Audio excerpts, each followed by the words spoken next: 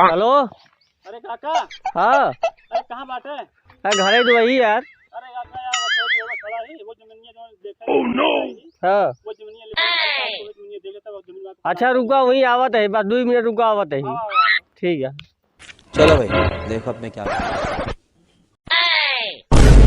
अरे काका, यही जमीनिया लेवैया है काका। अच्छा हाँ का कर बेगा? अरे काका बस घर दुआर बनाई की ही रही तो का करी थे यार काका।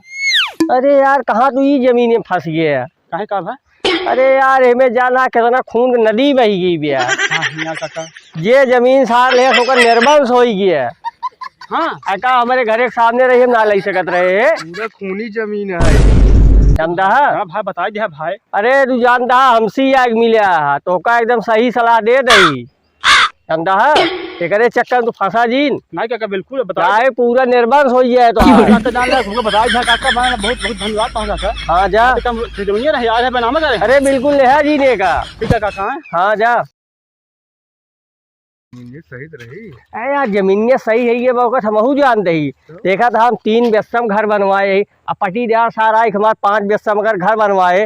बताओ हमारे जो है पटीदार सारे ही रोज इनका देखा हमारा रोज खून जरे यही नाते बेटों का भड़का भेज दी हम। लोग हैं हमारे पास। हाँ अभी ना समझ रहा विचार रखते हैं।